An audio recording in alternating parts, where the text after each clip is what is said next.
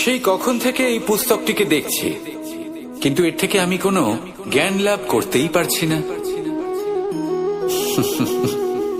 এবার আপনি বলবেন যে আজ কেমন বিচিত্র কথা বলছি আমি।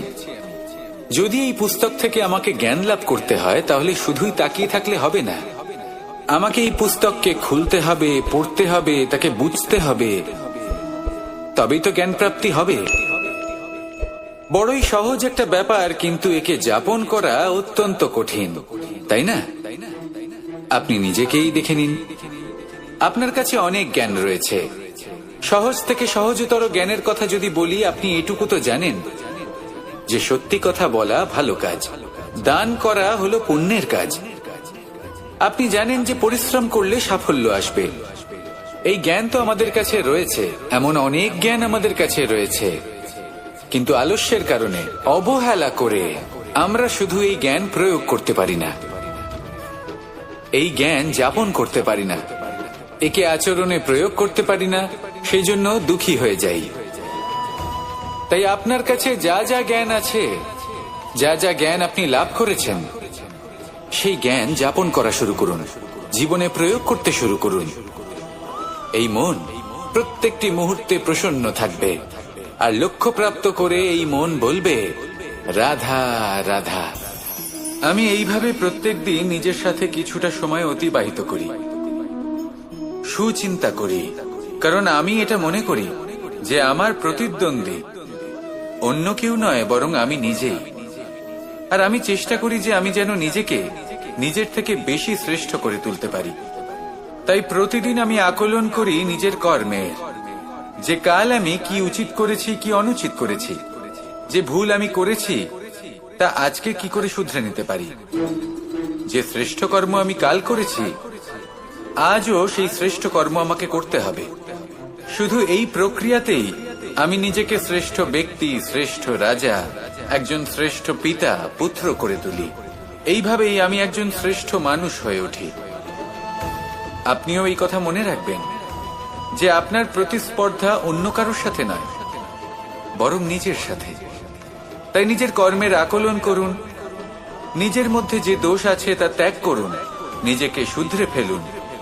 এই মন সবসময় সুপ্রসন্ন থাকবে এবং লক্ষ্য প্রাপ্ত করে বলবে, রাধা রাধা।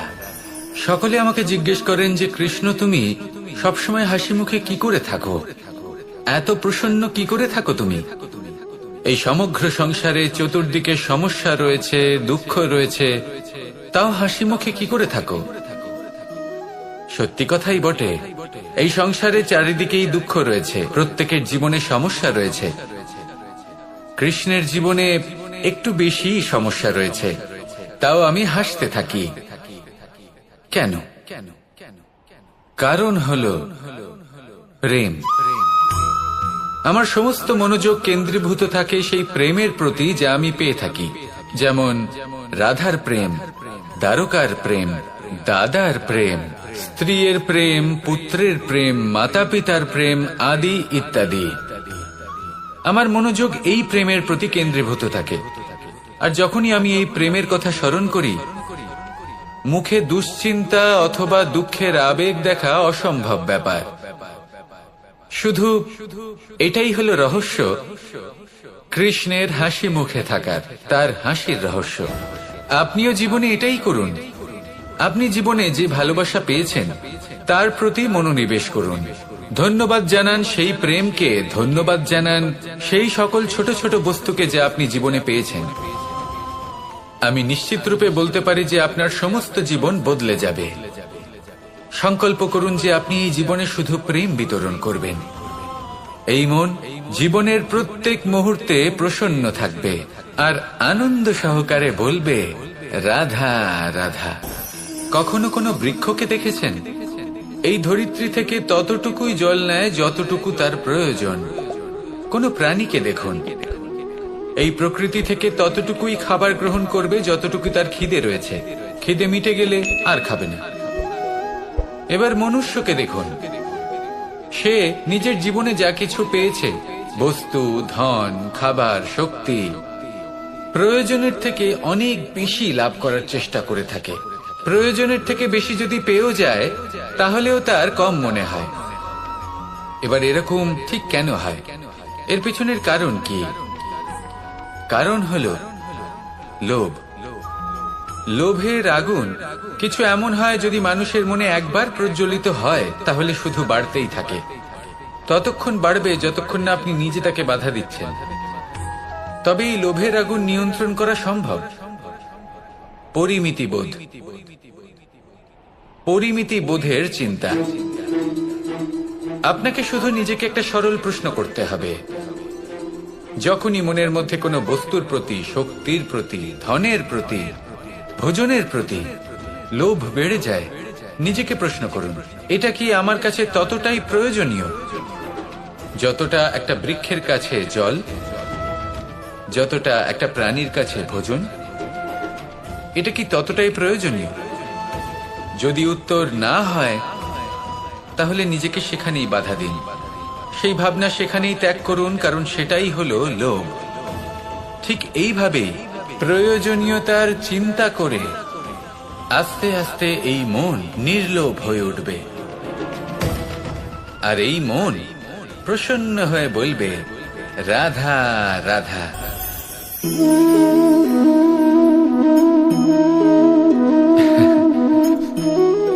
ঘুমের মধ্যে আমরা বিভিন্ন ধরনের স্বপ্ন দেখি, কিছু সুখের, কিছু দুঃখের, কিছু অত্যন্ত ভয়ানক। কিন্তু সত্যি কথা বলতে এর উপর আমাদের কোনো নিয়ন্ত্রণ নেই। কিন্তু আমি এমনও কিছু ব্যক্তিকে দেখেছি যারা খোলা চোখে স্বপ্ন দেখেন এবং তা যাপন করেন। নিজেদের একটা আলাদা স্বপ্ন নগরী আছে ওনাদের, সেখানেই জীবন যাপন করেন। আসল বাস্তবটা কি তাতে ওনাদের কিছুই যায় আসে না। এমন কিছু মানুষ আছেন যাদের কাছে বিন্দুমাত্র জ্ঞান নেই, সে না হয় ঠিক আছে, কিন্তু জ্ঞান এমন ভাবে প্রদান করবেন যে মনে হবে সংসারের সমস্ত জ্ঞান তাদের কাছেই রয়েছে। এমন কিছু মানুষ আছেন যারা ভালোবাসতে জানেন না, আর তাও আমি মেনে নিলাম, কিন্তু কথা এমন ভাবে বলবেন তাতে মনে হবে যেন প্রেমের বিষয়ে সবকিছু শুধুমাত্র ইনিই জানেন। এবার আমি এমন কথা অবশ্যই বলছি না যে আপনি এরকম করেন, কিন্তু যদি কোনো ব্যক্তি এরকম করেন তাহলে তার এটা মাথায় রাখা উচিত যে সেই ব্যক্তি অন্য কারোর সাথে নয়, নিজের সাথে অনুচিত করছেন। কারণ এমন কাজ করে উনি নিজের দোষ, নিজের অপগুণ সংসারের কাছে নয়, নিজের কাছে লুকোচ্ছেন। আপনি যদি নিজেকে বুঝতে না পারেন, সম্পূর্ণরূপে নিজেকে আকলন না করেন, নিজের অপগুণ, নিজের দোষ পূর্ণরূপে না বুঝতে পারেন, তাহলে এটা কি করে বুঝবেন যে নিজেকে কিভাবে শুধরে নিতে হবে? আপনাকে নিজের সত্য স্বীকার করতেই হবে, তারপরেই আপনি নিজেকে পরিবর্তন করতে পারবেন। তাহলে স্বপ্নে নয় বাস্তবে বাঁচুন, আনন্দে বাঁচুন, আর আমার সাথে ভালোবেসে বলুন, রাধা রাধা। মানুষের জীবন দেখলে এতে সংকটও আসবে, বিপদও আসবে, অনেক সমস্যাও আসবে। কখনো কখনো এমন সময় আসবে যখন আমাদের আপনজনের থেকে সাহায্য চাইতে হয়। আমরা সাহায্য চাই আর তারা সাহায্য করেও দেন, আমাদের সংকট থেকে মুক্তও করে দেন। কিন্তু যখন এই সময় বদলে যায়, যখন সুখের সময় আমাদের জীবনে আসে, তখন আমাদের মনে একটা অহংবোধ জেগে ওঠে। মনে হয় উপকার আবার কি, সেই ব্যক্তি সাহায্য করেছিলেন তাতে কি, উনি তো নিজের কর্তব্য পালন করছিলেন। সেই ব্যক্তি আমাদের ধন দিয়েছিলেন যখন প্রয়োজন ছিল, তো আমরা সেই ধন তো ফিরিয়ে দিয়েছি, উপকার কিসের? এই ভাবনা অনুচিত।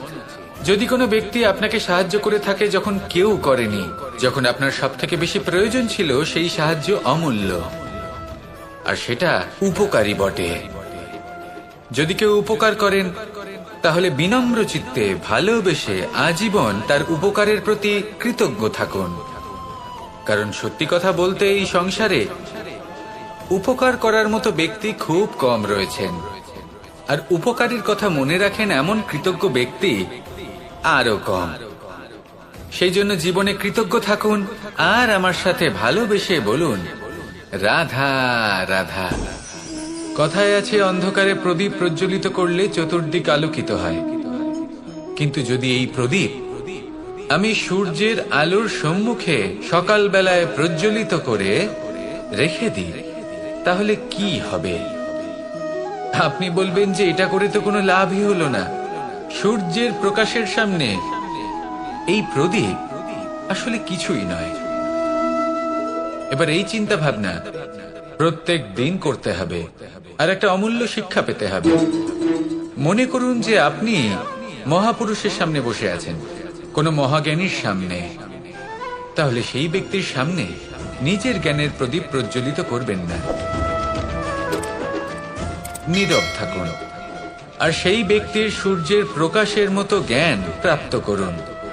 যতটা পারবেন জ্ঞান লাভ করুন। যদি এমন কোনো সময়, এমন কোনো স্থানে আপনি আছেন যেখানে চতুর্দিক অন্ধকার, কারোর কাছেই জ্ঞান নেই, সেখানে নিজের জ্ঞানের প্রদীপ প্রজ্বলিত করুন। এমন করলে দুদিক থেকেই আপনার লাভ হবে। আপনার জ্ঞান প্রাপ্তিও হবে, আর জ্ঞানের সঠিক প্রয়োগও করতে পারবেন। আর এই মন প্রসন্ন হয়ে বলবে, রাধা রাধা। আমি রাধাকে ভালোবাসি, আর এই কথাটা সমগ্র সংসার জানে। আর সময় অন্তরে লীলার দ্বারা, বিভিন্ন ঘটনা দ্বারা, কর্মের দ্বারা আমি নিজের এই ভালোবাসা রাধার সামনে প্রকাশ করি। এবার আপনি বলবেন, এসবের কি প্রয়োজন? রাধা কি এই কথা জানে না যে কৃষ্ণ তাকে কতটা ভালোবাসে? অবশ্যই জানে, কিন্তু এই যে ভালোবাসা, তা মনে রেখে দেওয়ার জন্য নয়, তা প্রকাশ করার জন্য। আর বারংবার এই ভালোবাসাকে প্রকাশ করা উচিত, উচিত সময় এবং উচিত সুযোগ দেখে। কিরকম?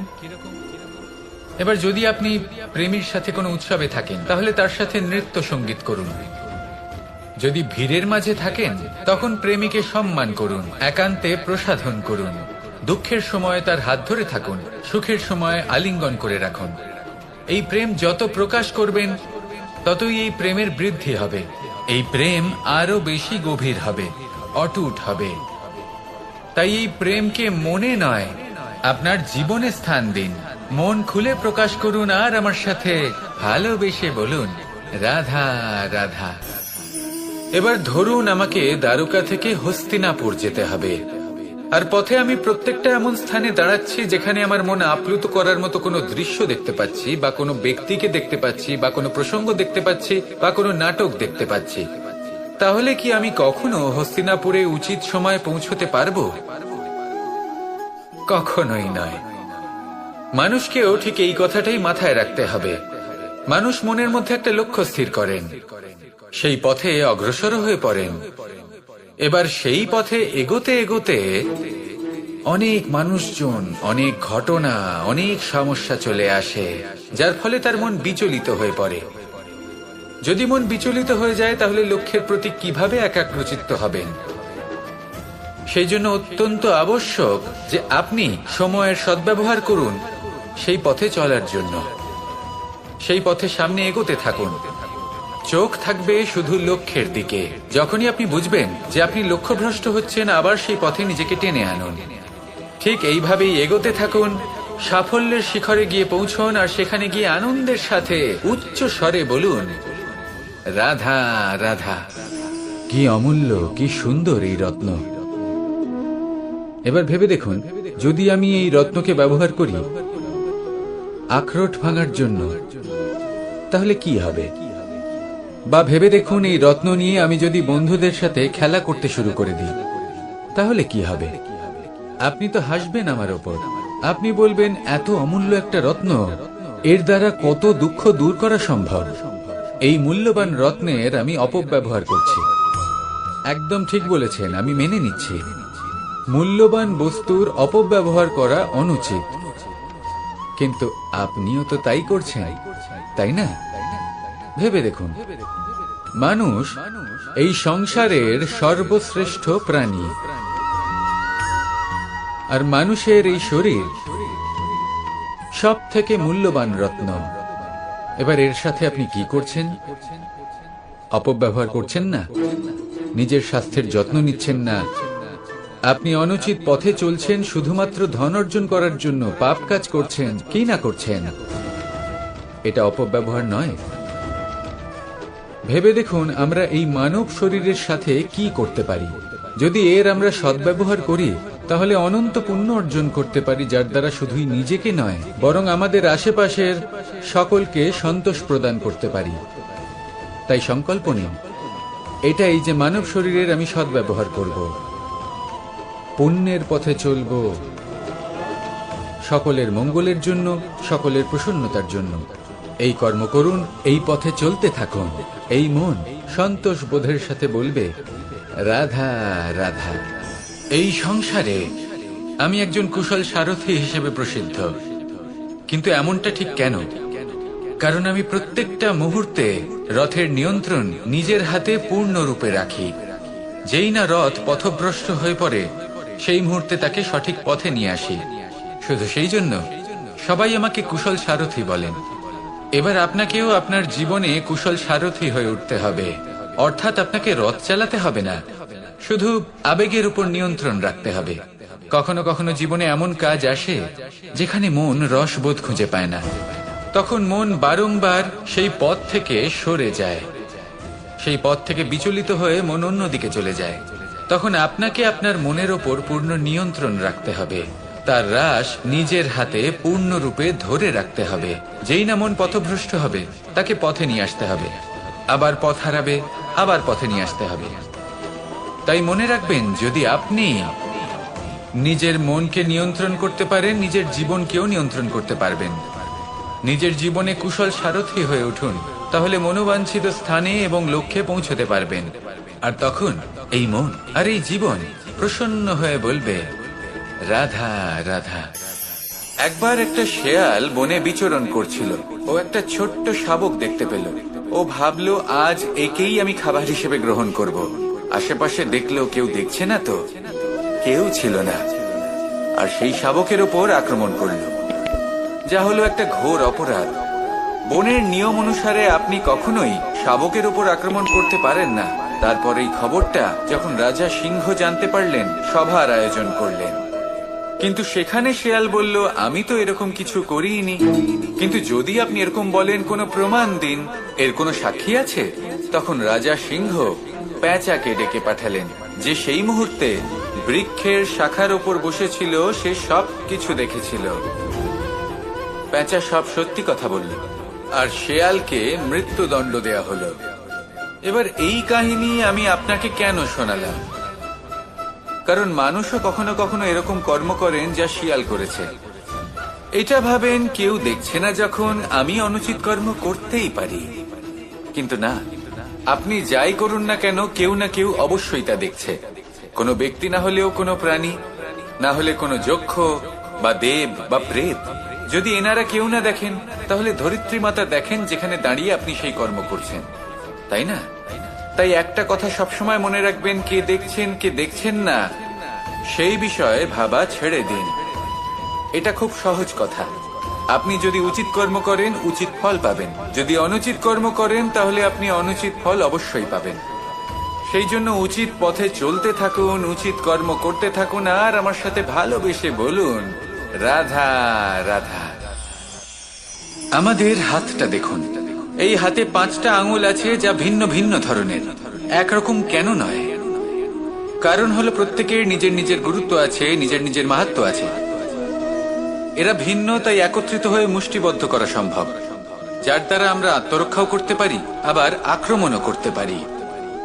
যদি 5টি আঙুল সমান হতো, তাহলে মুষ্টিবদ্ধ হতে পারত না, নিজেদের মধ্যে বিভ্রান্তির সৃষ্টি করত। এবার এরকমই কিছু আমাদের সংসারেও হয়। আমাদের দেশ, যেখানে একটি ভূমির ওপর ভিন্ন ভিন্ন ধর্মের মানুষ বাস করেন, ভিন্ন ভিন্ন জাতি, ভিন্ন ধর্ম, ভিন্ন ভাষা। কিন্তু যদি আমরা এটা ভাবি যে কিভাবে এই দেশকে কল্যাণের পথে নিয়ে যাওয়া যায়, কিভাবে এর বিকাশ করা সম্ভব, তাহলে আমাদের একত্রিত হওয়া শিখতে হবে। যেইভাবে 5টা আঙুল একত্রিত হয়, মুষ্টিবদ্ধ হয়, সেইভাবেই আপনার যে ভাষাই হোক, যে ধর্মই হোক, যে জাতি হোক না কেন, ঠিক আছে, আবশ্যক হলো আপনার নিজের কর্মভূমির সাথে, আপনার ধরিত্রীর সাথে যুক্ত থাকা, সাথে থাকা।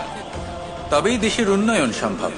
তবেই এই দেশ স্বতন্ত্র থাকবে, সফল হবে, আর এই মন প্রসন্ন হয়ে বলবে রাধা রাধা।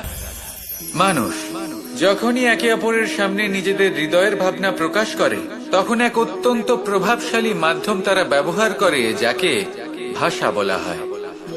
এবার আমি দেখেছি যে একজন মানুষ অনেকগুলো ভাষাতেই নিপুণ। আমি এটাও দেখেছি যে মানুষ অনেকগুলো ভাষায় কথা বলে, কখনো কখনো অনেক ভাষা মিলিত করে তার প্রয়োগ করে, উচিত প্রকারে তাকে ব্যবহার করে না, না সেটাকে সম্মান করে, আর না ভাষাকে শুদ্ধ রাখে। আর এটা হলো অনুচিত।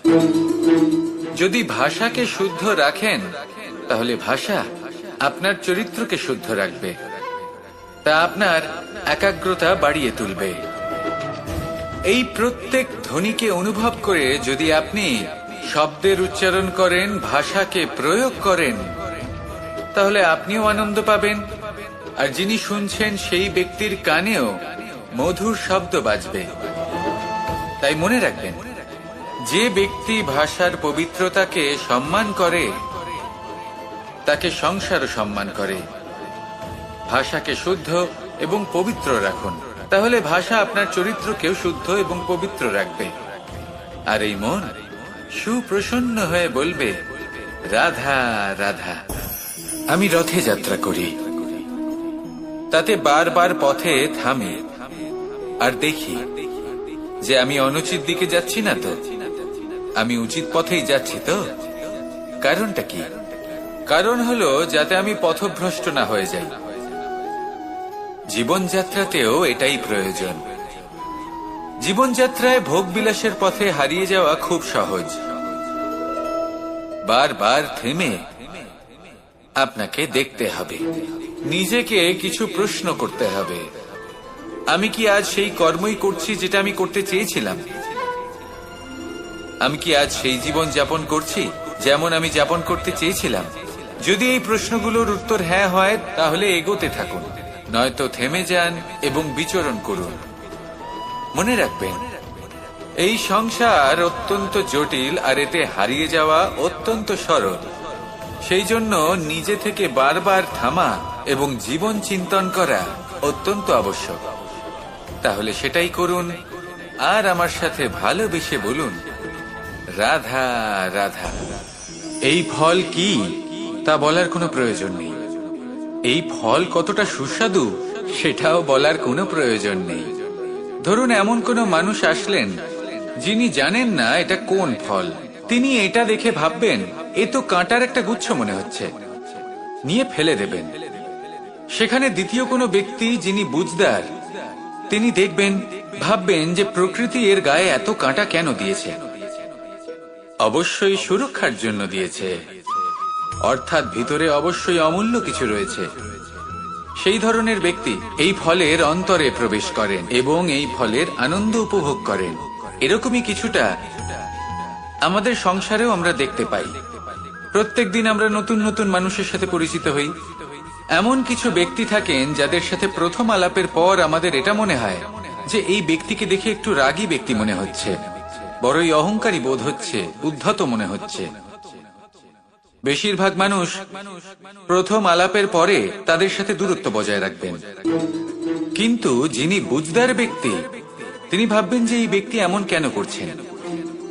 হয়তো সুরক্ষার খাতিরে এই ব্যক্তি নিজেকে এরকম করে তুলেছেন যাতে অন্য কোনো ব্যক্তি এসে ওনার সময় নষ্ট না করেন, ওনার আবেগের সাথে ছলনা না করেন, খেলা না করেন। হয়তো অতীতে এমন কোনো ঘটনা ঘটেছে যার জন্য এই ব্যক্তি কিছুটা এরকম হয়ে গেছেন।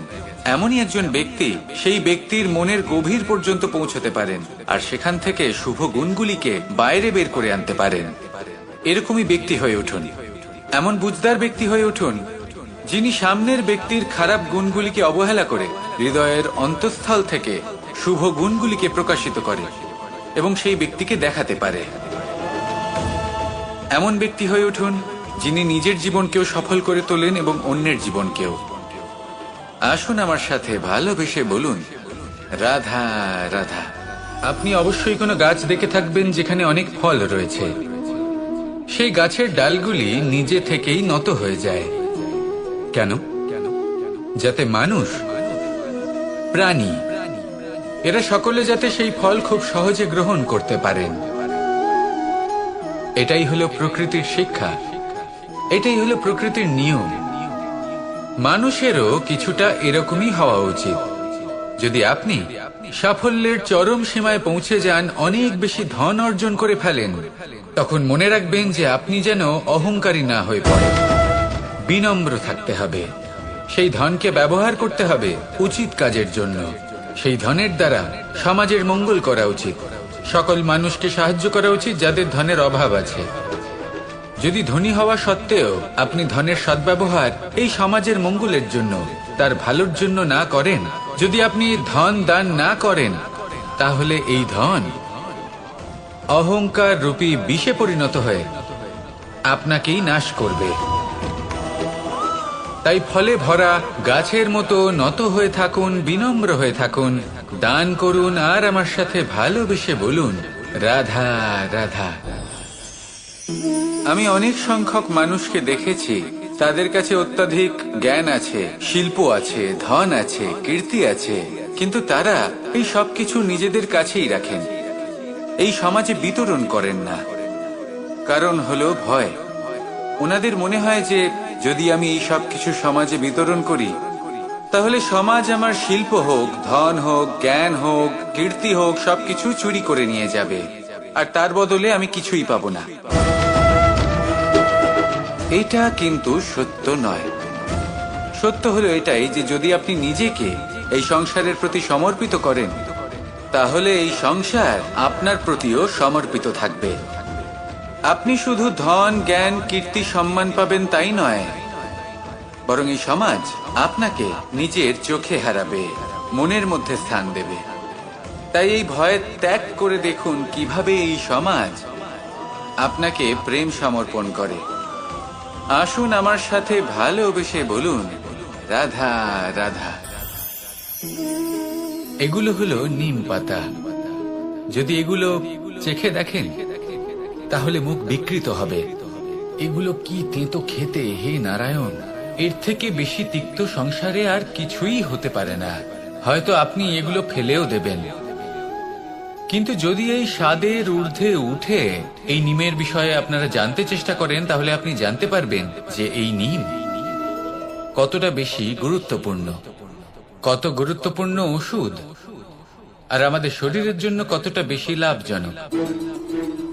এই নিম, এর মধ্যে অনেক রোগের উপশম নিহিত রয়েছে। এবার জীবনে আমরা বিভিন্ন মানুষের সাথে পরিচিত হই, নেত্র দ্বারা তাদের দেখি, কিন্তু তাদের আমরা খুব একটা পছন্দ করি না। সেক্ষেত্রে আমাদের কি করা উচিত? অন্তর মন দিয়ে তাদের দেখা উচিত। ওনাদের রূপ রং নয়, ওনাদের ব্যবহার, ওনাদের গুণাবলী দেখা উচিত। কারণ হতে পারে ঠিক যেমন নিম পাতা বাস্তবে খুব তেতো কিন্তু আমাদের শরীরের পক্ষে লাভজনক, সেইভাবেই এইসব মানুষ যাদের দেখলে আমাদের ভালো লাগে না, যাদের রূপ রং আমাদের পছন্দ হয় না, হয়তো সেই মানুষগুলোই আমাদের জীবনকে পূর্ণরূপে পাল্টে দিতে পারেন। হতে পারে তাদের মধ্যে এমন ক্ষমতা রয়েছে, আমাদের সুখ, শান্তি, প্রেরণা প্রদান করতে পারেন, আমাদের দুঃখ হরণ করতে পারেন, আমাদের পথ দেখাতে পারেন। সেই জন্য যখনই কোনো ব্যক্তিকে দেখবেন, চর্মচক্ষু নয়, অন্তর্মন দিয়ে দেখবেন, রূপ রং নয়, গুণাবলী দেখবেন, মানুষকে আরো ভালোভাবে বুঝতে পারবেন, আর এই মন প্রসন্ন হয়ে বলবে, রাধা রাধা।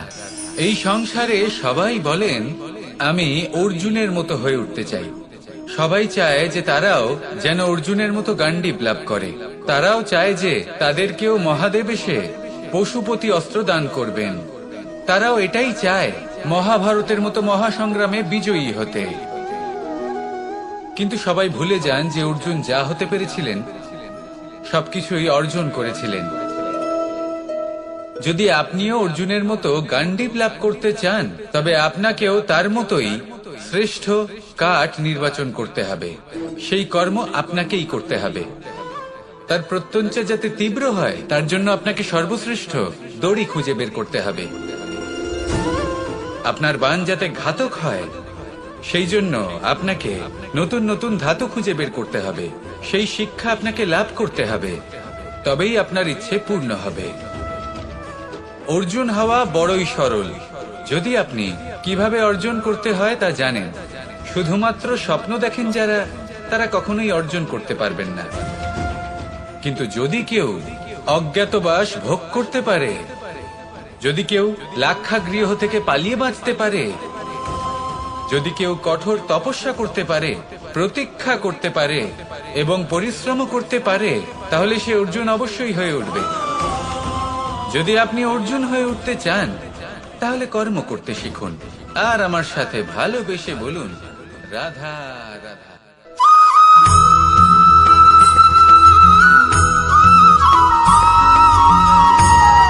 কখনো কখনো আমরা খুব ব্যথিত হয়ে পড়ি। আমরা নিজেদের পরিবারের জন্য এত কিছু করি আর তারা আমাদের দেখলেই ভয়ভীত হয়ে পড়ে, আমাদের দেখলে বিরক্ত হয়। কখনো নিজেদের সন্তানকে বিকাশের পথে অগ্রসর করার জন্য আমরা তাদের উপর একটু জোর দিই যাতে তারা পরিশ্রম করে, কিন্তু সেই সন্তান আমাদের উপর বিরক্ত হয়ে পড়ে।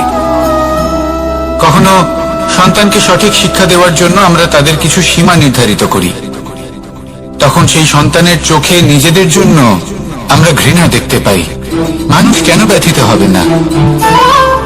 দেখুন, যখন সূচের দ্বারা আপনি বস্ত্র সেলাই করেন, তখন সূচের আঘাত সেই বস্তুকে সহ্য করতে হয়, কিন্তু তাতে সেই সূচ বা আপনার উদ্দেশ্যে কোনো প্রভাব পড়া উচিত নয়, কারণ আপনি তো আপনার কর্ম করছেন, আর তাও পূর্ণ নিষ্ঠা ভরে, এবং অবশেষে আপনার উদ্দেশ্য শুভ প্রমাণিত হবে।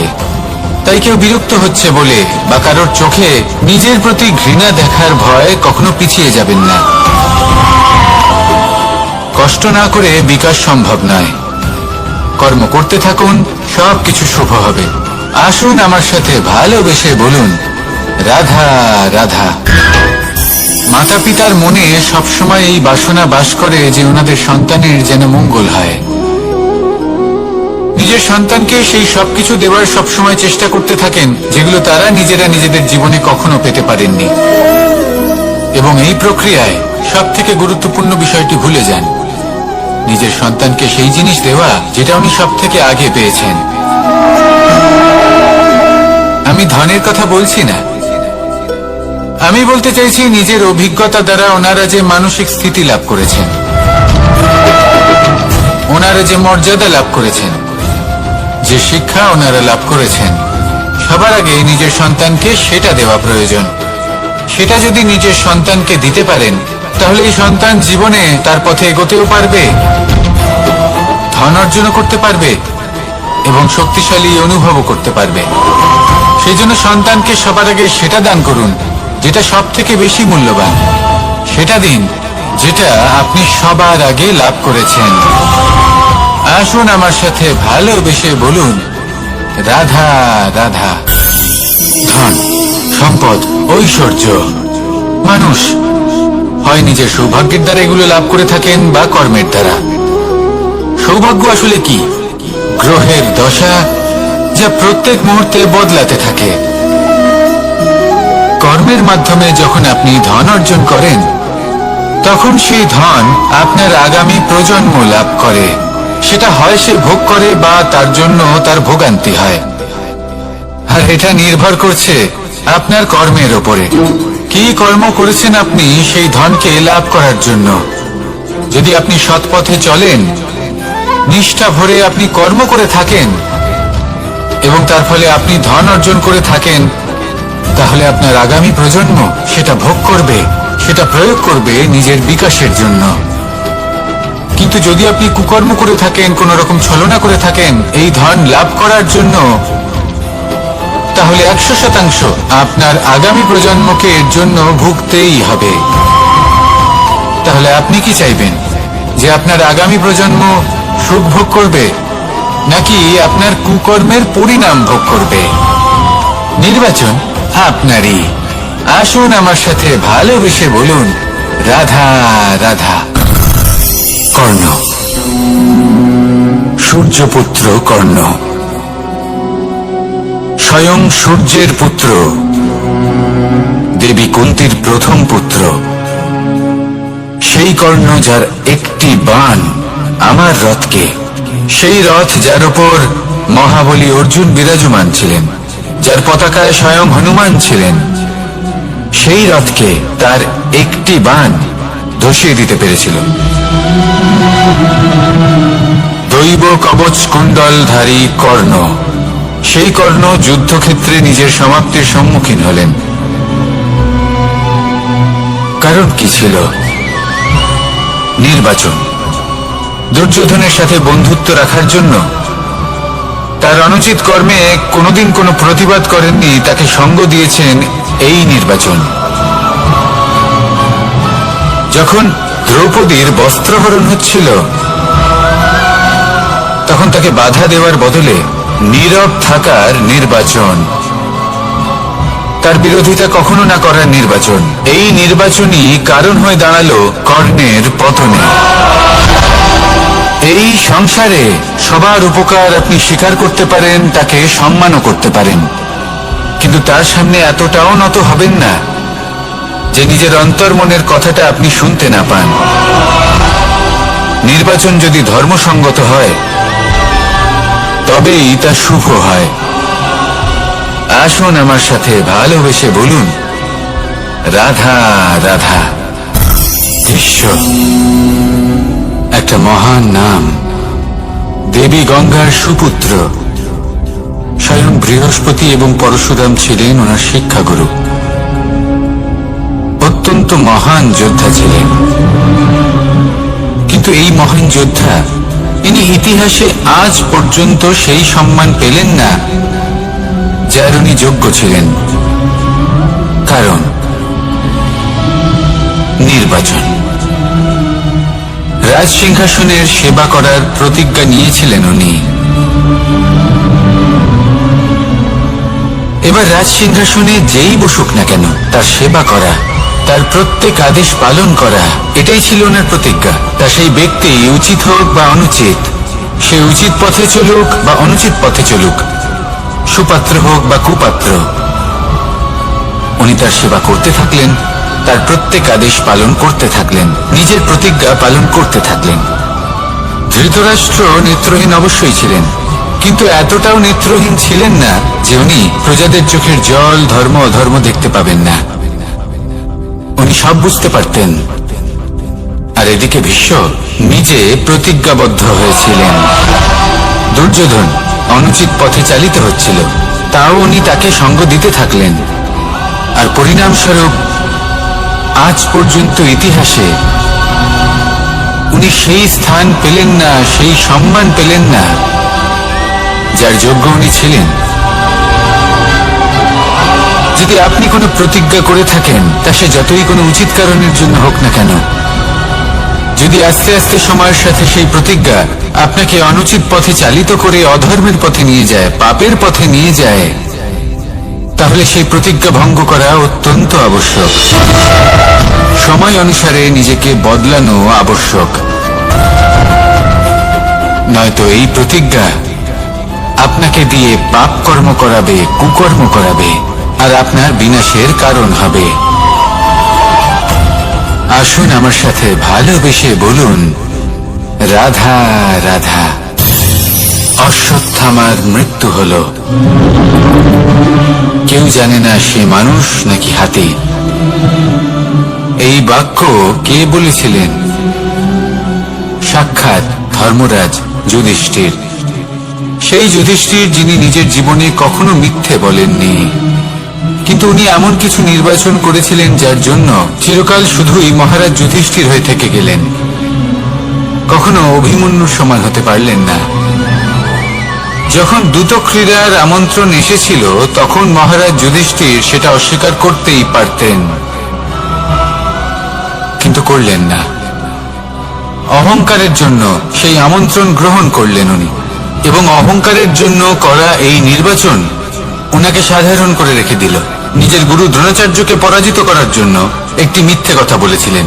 অশ্বত্থামা মারা পড়েছে, আর তারপর গ্লানিমাখা কণ্ঠে ধীরস্বরে বলেছিলেন, জানি না সে মানুষ না হাতি। কিন্তু অর্ধসত্য হোক বা সত্য লুকোনো হোক, তা হল মিথ্যের সমান, এবং প্রত্যেকটি কর্মের ফল মানুষ অবশ্যই ভোগ করে। এই নির্বাচনের কারণে যুধিষ্ঠিরকেও নরকবাস করতে হয়েছিল। তাই নিজের কর্ম শ্রেষ্ঠ করে তুলুন, কারণ এটাই সুনিশ্চিত করবে যে আপনি এই সংসার থেকে বিদায় নেওয়ার পরেও জীবিত থাকবেন নাকি নয়। আসুন আমার সাথে ভালোবেসে বলুন, রাধা রাধা। মহাভারতে অনেক যোদ্ধারা অংশগ্রহণ করেছিলেন। সবাই ছিলেন শ্রেষ্ঠ কুলের। কেউ কেউ ছিলেন বড় বড় রাজ্যের রাজা, কেউ কেউ ছিলেন দেবতার পুত্র। এনারা সবাই অংশ নিয়েছিলেন। এনারা সবাই শ্রেষ্ঠ কুলের, প্রত্যেকে ভালো পরিবেশ পেয়েছেন। কিন্তু সেখানে অন্যদিকে ছিল বারবারিক, অসুর পুত্র বারবারিক। এবং এই অসুর পুত্র বারবারিকই এই সময় দাঁড়িয়ে ভগবান রূপে স্থাপিত হয়ে আছেন। পুজো করা হয় তাকে। কারণটা কি? নির্বাচন। বারবারিক একটি দ্বন্দ্বের মধ্যে ছিলেন। ঠিক যেমন প্রত্যেক যোদ্ধার জীবনে দ্বন্দ্ব এসে থাকে, তখন সে কি নির্বাচন করবে সেটা হলো অত্যন্ত গুরুত্বপূর্ণ। বারবারিকের কাছে এত শক্তি ছিল যে একটি মাত্র বাণ প্রয়োগ করে সবাইকে নাশ করতে পারত। দ্বন্দ্ব ছিল একটাই, যে ও নির্বাচন করতেই পারছিল না কোন পক্ষ হয়ে যুদ্ধ করবে। ওর নির্বাচন ছিল এটাই যে ও কোনো পক্ষের হয়েই যুদ্ধ করবে না, বরং নিজের মস্তক সে দান করবে। আর এই কর্মের কারণে, এই নির্বাচনের কারণে আজকের সময় দাঁড়িয়ে ওকে ঘাটুশ্যাম রূপে পুজো করা হয়। মনে রাখবেন, শুধু আপনার ব্যক্তিত্ব গুরুত্বপূর্ণ নয়, আপনি কোথা থেকে আসছেন, কোন কুলে আপনার জন্ম, শুধুমাত্র সেটা গুরুত্বপূর্ণ নয়। সব থেকে বেশি গুরুত্বপূর্ণ হলো আপনার কর্ম, আপনার নির্বাচন। আসুন আমার সাথে ভালোবেসে বলুন, রাধা রাধা। যখন আমরা মৌন থাকি তখন আমরা কতটা শক্তি ব্যয় করি, বিন্দুমাত্র নয়। সেখানেই যখন আমরা রুষ্ট হই তখন আমরা কতটা শক্তি ব্যয় করি। আমাদের রক্ত গরম হয়ে ওঠে, চোখ থেকে যেন অগ্নি বর্ষা হয়, আমরা চিৎকার করতে থাকি, জোরে কথা বলি, কখনো কখনো আমরা অনুচিত কর্ম করে বসি। সবকিছুই ক্রোধের বশে করি। এবার এই ক্রোধকে মৌনতায় পরিণত করতে হবে। এই কাজটা চোখে দেখা যায় না, এই কাজ সরল নয়, এই কাজ হলো অত্যন্ত কঠিন, এবং এই কাজই শ্রেষ্ঠ। সেই ব্যক্তি শক্তিশালী নন যিনি কথায় কথায় ক্রুদ্ধ হয়ে যান, কথায় কথায় যিনি আক্রমণ করেন। আজ্ঞে না, সব থেকে বেশি শক্তিশালী ব্যক্তি হলেন তিনি যিনি নিজের ক্রোধকে মৌনতায় পরিবর্তন করতে পারেন, যিনি শান্ত মনে পরিস্থিতিকে বোঝেন, তার আকলন করেন, আর তারপর বিবেকের দ্বারা সিদ্ধান্ত নেন। তিনি হলেন সব থেকে শক্তিশালী ব্যক্তি। তাহলে সেই ব্যক্তি হয়ে উঠুন আর আমার সাথে ভালোবেসে বলুন, রাধা রাধা। জীবনে যখন আমরা কোনো পরিস্থিতির সম্মুখীন হই তখন আমাদের সামনে দুটো পথ থাকে। তাদের মধ্যে কোনো একটা নির্বাচন আমাদের করে নিতে হবে, এই মনে করে নিতে হবে। নির্বাচন এই সংসারের সব থেকে গুরুত্বপূর্ণ বিষয়। একটা নির্বাচন আপনার বর্তমান বদলে দিতে পারে, আপনার ভবিষ্যৎ বদলাতে পারে, আগামী প্রজন্মের জন্য ইতিহাস রচনা করতে পারে। একটা নির্বাচন। এবার দেখুন, যে পরিস্থিতি আপনার সামনে আছে, আপনাকে সেই পরিস্থিতির সম্মুখীন হতেই হবে, সেই কষ্ট সহ্য করতেই হবে, সেই মতোই কাজ করতে হবে। শুধু এই বিষয়টা নির্বাচন করতে হবে যে এই পরিস্থিতির সম্মুখীন হওয়ার সময় আমি কি দুর্বল হয়ে থাকব নাকি আমি শক্তিশালী হয়ে থাকব। এই নির্বাচন এই মনের মধ্যে করতে হবে। আর এই নির্বাচন হলো সব থেকে বেশি গুরুত্বপূর্ণ নির্বাচন। যদি নিজের মনকে শক্তিশালী করে তুলে সেই পরিস্থিতির সম্মুখীন হন, তাহলে কিছুই আপনাকে বাধা দিতে পারবে না। পূর্ণ নিষ্ঠার সাথে, সাহসের সাথে এই মনকে শক্তিশালী করে তুলুন, তাহলে কোনো সংকট আপনাকে না বাধা দিতে পারবে না ভাঙতে পারবে। আপনি নিজে সাফল্যের শিখরে পৌঁছতে পারবেন, আর এই মন প্রসন্ন হয়ে বলবে, রাধা রাধা। জীবনের সব থেকে বেশি মূল্যবান বস্তু কি? ধন, স্বর্ণ, মাণিক্য, আভূষণ? না, এই সব কিছু মিলিয়েও সময়ের এক মুহূর্তের সামনে মলিন হয়ে পড়ে। এক মুহূর্ত যা এক দরিদ্রকে রাজা করতে পারে, যা এক রাজাকেও দরিদ্র করতে পারে। একটি মুহূর্ত যা আপনার আত্মবিশ্বাসকে পর্বতের শিখরে পৌঁছে দিতে পারে, একটি মুহূর্ত যা আপনার অস্তিত্বকে গভীর সাগরে বিলীন করে দিতে পারে। একটি মুহূর্তের খেলা। সব সময় জীবনে সেই ব্যক্তিকে সম্মান করুন, শ্রদ্ধা করুন, যিনি আপনার জন্য সময় বের করে থাকেন। সবসময় সেই ব্যক্তির প্রতি নিষ্ঠাবান থাকুন, যেই ব্যক্তি খারাপ সময় আপনার পাশে দাঁড়িয়ে থাকে। এই সময় সব থেকে বেশি মূল্যবান। আসুন আমার সাথে ভালোবেসে বলুন, রাধা রাধা। প্রজাপতি দেখেছেন? কি সুন্দর হয়, তাই না? এই প্রজাপতি, ওদের দিকে তাকালে নিজের অজান্তেই নিজের মুখে হাসি ফুটে ওঠে। কিন্তু এই প্রজাপতি জন্ম থেকেই এমন দেখতে হয় না। জন্ম থেকে এদের কাছে ডানা থাকে না, এরা উড়তেও পারে না। যখন একটি প্রজাপতি জন্ম নেয় তখন প্রথমে ডিম অবস্থায় থাকে সে। আস্তে আস্তে সেই কবচ সে ভেঙে ফেলে, খুব পরিশ্রম করতে হয় তাকে। তারপর কীটের আকার ধারণ করে সে চলতে থাকে। অনেক কষ্ট সহ্য করতে হয়, অনেক পরিশ্রম করতে হয়। তারপর তার রূপ বদলে যায়, তারপরে তার ডানা গজায়, তারপরে সে উড়তে পারে। এই নিরন্তর পরিশ্রমই সাফল্যের মূল মন্ত্র হয়। কখনো কখনো প্রতিভাও কম পড়ে যায় যদি নিরন্তর পরিশ্রম না করা হয়, যদি সমর্পণের ভাব মনে না থাকে, দৃঢ় নিষ্ঠা না থাকে। আর কখনো কখনো সেই ব্যক্তি যার মধ্যে বিশেষ প্রতিভা থাকে না, সেই ব্যক্তি নিরন্তর পরিশ্রম করে, নিজের মনে সমর্পণের বোধ জাগিয়ে তোলে, দৃঢ় নিষ্ঠার সাথে কর্ম করে আর সাফল্য লাভ করে। সেই জন্য আপনি জীবনে যেখানেই পৌঁছে যান না কেন, নিরন্তর পরিশ্রম করতে থাকুন। তবেই আপনার ভবিষ্যৎ রঙিন প্রজাপতির মতন গগনচুম্বী হবে।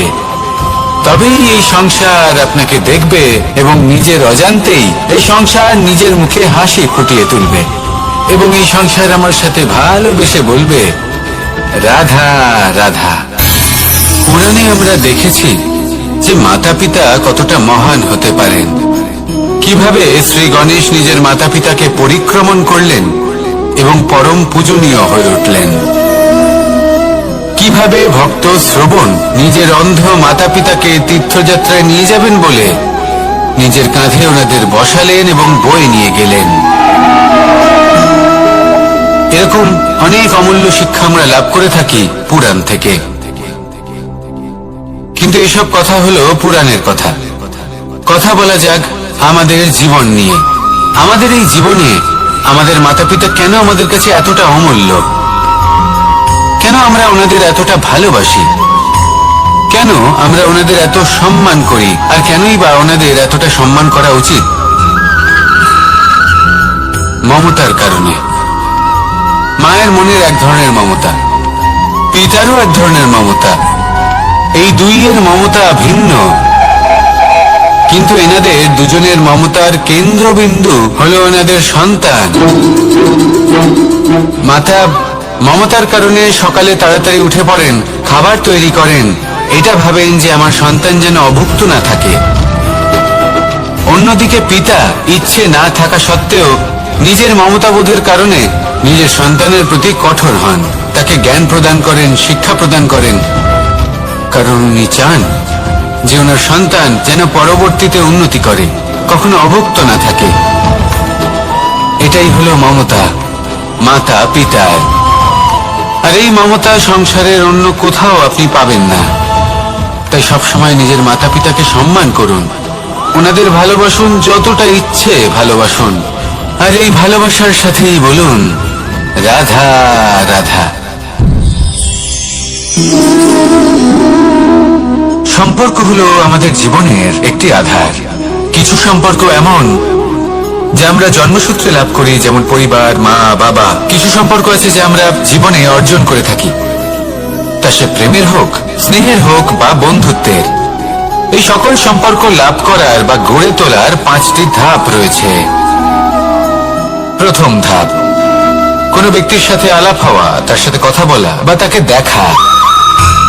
দ্বিতীয় ধাপ, সে ব্যক্তিকে আমাদের ভালো লাগা। তৃতীয় ধাপ,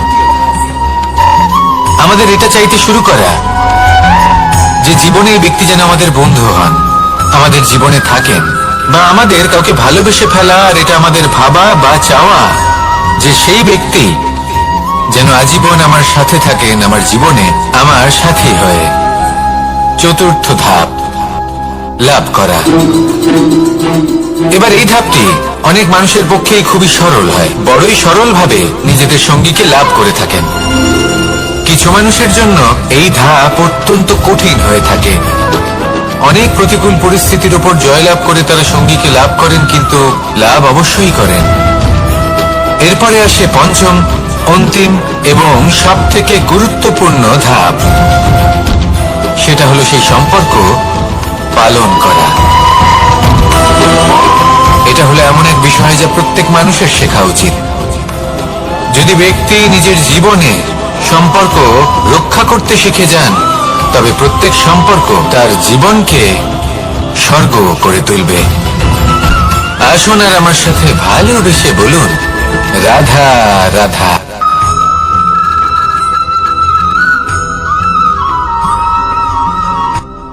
রাত্রে আমরা সুখ নিদ্রা লাভ করি, আমরা স্বপ্ন দেখি, ভবিষ্যতের পরিকল্পনা করি, খুব ভালো লাগে। সকালে যখন চোখ খুলি নিদ্রা ভঙ্গ হয়, স্বপ্ন সেইখানেই ভেঙে যায়, আর তারপর আমরা আমাদের রোজকার জীবন যাপন করি। স্বপ্ন হয়তো মানুষ রাতের বেলায় দেখেন, কিন্তু সেটাকে সার্থক দিনের বেলাতেই করতে হয়। রাতে মধুর বাতাসের নিচে কোমল শয্যায় শুয়ে মাতার গলায় মিষ্টি গান শুনতে শুনতে নিদ্রায় আচ্ছন্ন হওয়া, স্বপ্ন দেখা, ভবিষ্যতের পরিকল্পনা করা বড়ই সরল।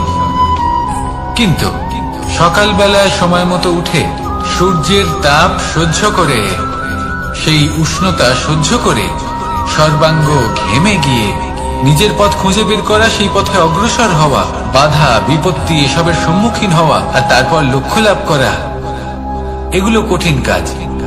এ হলো অত্যন্ত কঠিন কাজ। যদি আপনি চান যে স্বপ্ন আপনি দেখেছেন তা সত্যি হোক, তাহলে দিনের বেলায় আপনাকে বেরিয়ে কর্ম করতেই হবে, পরিশ্রম করতেই হবে।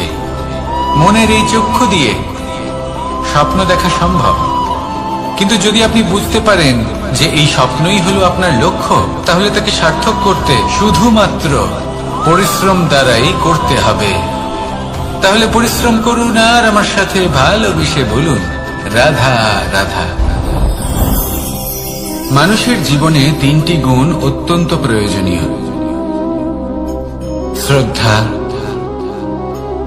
বিনম্রতা, যোগ্যতা।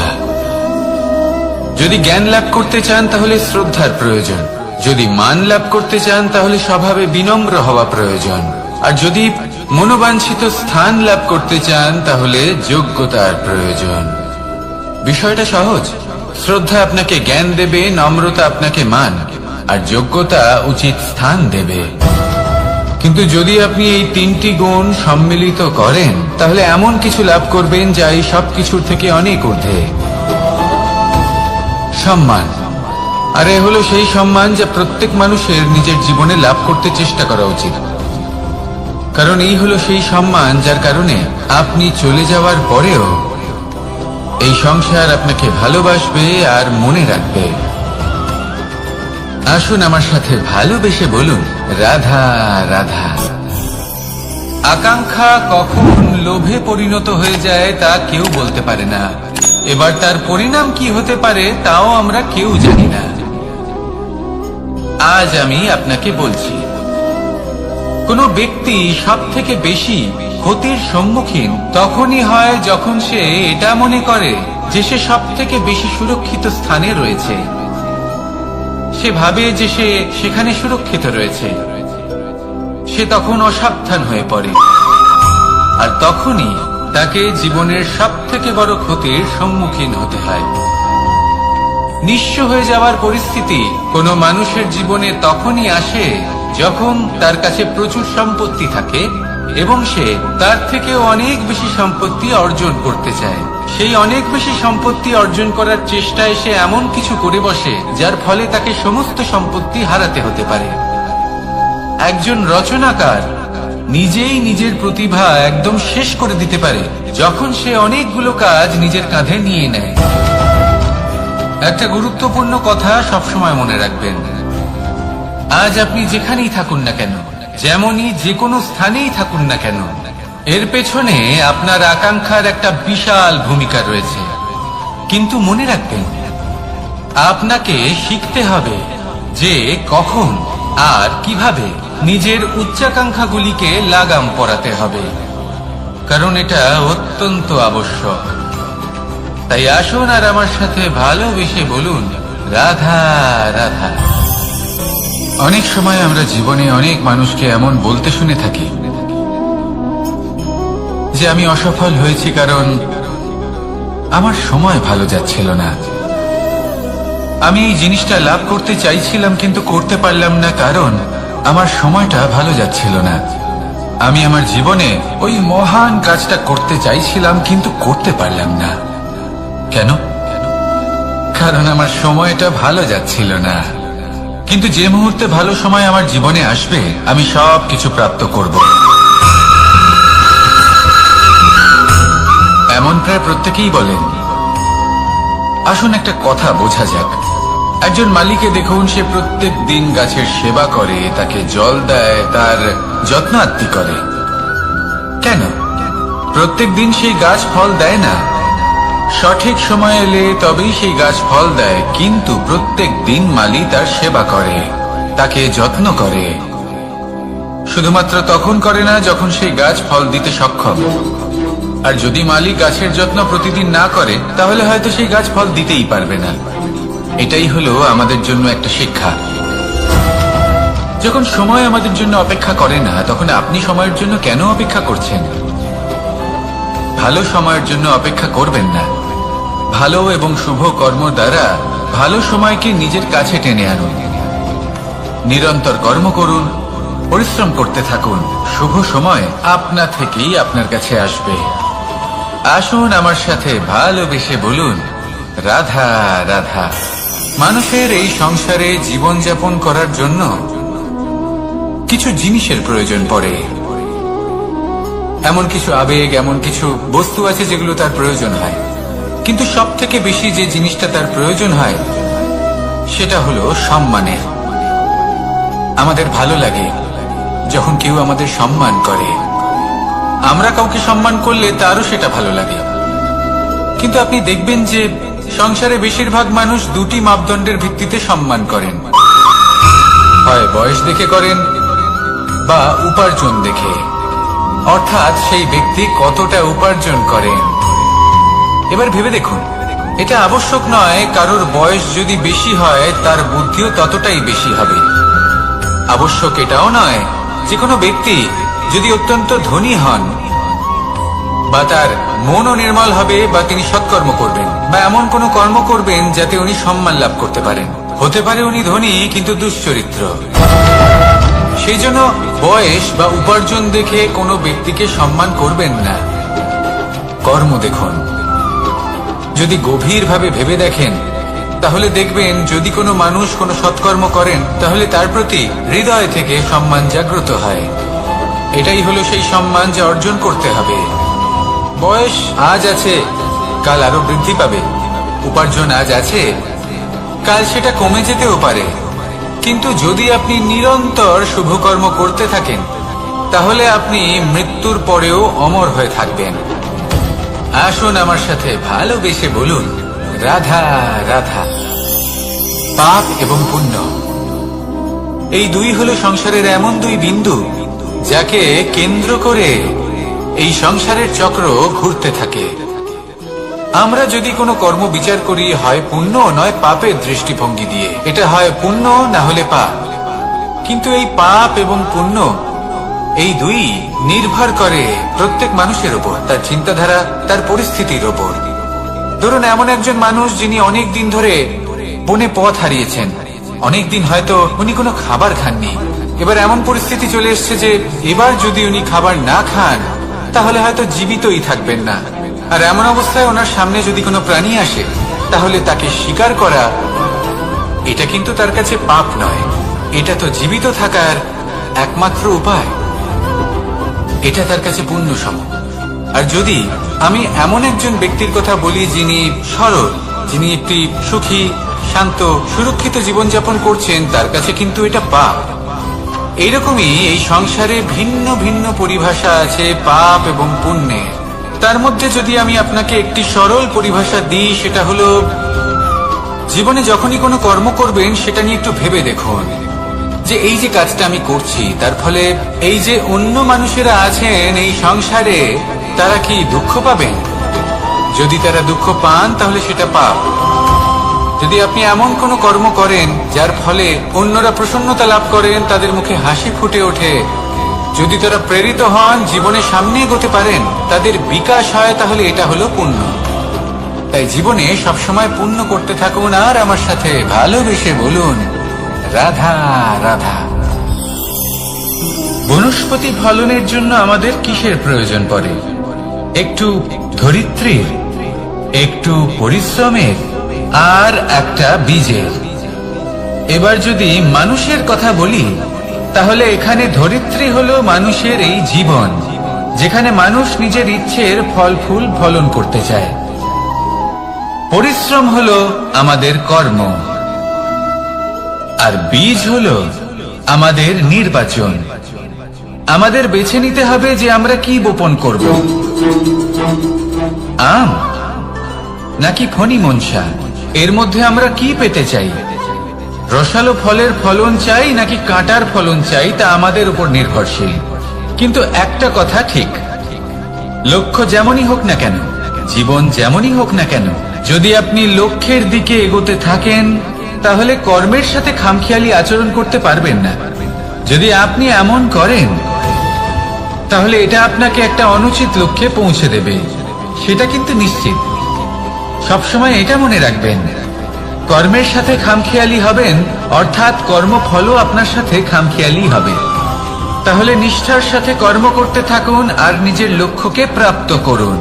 আর আমার সাথে ভালোবেসে বলুন রাধা রাধা। অগ্নি চতুর্থ তত্ত্ব, সব থেকে বেশি গুরুত্বপূর্ণ, কিন্তু তার থেকেও বেশি ভয়াবহ। কখনো অগ্নিকে নিয়ন্ত্রিত রূপে উনুনে জ্বলতে দেখেছেন? এই অগ্নি আমাদের খাবার বানাতে সাহায্য করে, যা আমাদের শক্তি প্রদান করে। কিন্তু এই অগ্নি যখন বিচলিত হয়ে, অনিয়ন্ত্রিত হয়ে কোন বনের আগুন হয়ে ওঠে, তখন মহা বিনাশ ঘটে যায়। আপনারই অন্তরের ঊর্জা হলো এই অগ্নি। এটা আপনার শক্তিও, আপনার ক্রোধ। একে ব্যবহার কিভাবে করবেন তা আপনারই হাতে। যদি কোনো ব্যক্তি নিজের অন্তরের এই ঊর্জাকে ব্যবহার করেন শক্তির রূপে, তাহলে সে বিকাশ ঘটাতে পারে, নির্মাণ ঘটাতে পারে। কিন্তু যদি কোনো ব্যক্তি তার অন্তরের ঊর্জাকে বিধ্বংসী অস্ত্র বানিয়ে ফেলেন, তাহলে নিশ্চিত রূপে মহা বিনাশ ঘটতে পারে, যাতে বিনাশ তারও অবশ্যই হবে। অনেক বছর পূর্বে এমনই এক আগুনের দ্বারা এই সুন্দর পৃথিবীর নির্মাণ হয়েছিল, আর অনেক বছর পূর্বে এমন এক আগুনেই সমস্ত জীব এবং সংসার বিলুপ্ত হয়ে গেছিল। এবার আপনি আপনার অন্তরের ঊর্জা দ্বারা বিনাশ ঘটাতে চান নাকি নির্মাণ ঘটাতে চান, সেই সিদ্ধান্ত আপনারই। আসুন আমার সাথে ভালোবেসে বলুন রাধা রাধা। কখনো কখনো এমন হয়, আমরা আমাদের বাড়ির উঠোনে বীজ বপন করি, আর তা বিকশিত হয় একটা সুন্দর বৃক্ষে। তার শাখাগুলি প্রতিবেশীর বাড়ি পর্যন্ত পৌঁছয়। ফলের বর্ষণ প্রতিবেশীর বাড়িতেও হয়ে থাকে, আর আমরা ভাবি গাছ আমরা উৎপন্ন করব আর ফল খাবেন আপনারা। এই কেমন কথা হলো? আপনাকে এই কথা বুঝতে হবে যে এসব হলো ভৌতিক বস্তু, সাংসারিক বস্তু। কখনো নিজের বাড়ির বাগানে ভালোবাসার গাছ বপন করে দেখুন, তার শাখাও প্রতিবেশীর বাড়ি পর্যন্ত পৌঁছবে, ফলের বর্ষণ সেখানেও হবে। কিন্তু সেই ফল চাইতে আপনাকে যেতে হবে না, সেই ফল দ্বিগুণ মাত্রায় আবার আপনার কাছেই ফিরে আসবে। তাই নিজের বাড়িতে আর নিজের মনে ভালোবাসার গাছ উৎপন্ন করুন, এই জীবন প্রসন্ন হয়ে বলবে রাধা রাধা।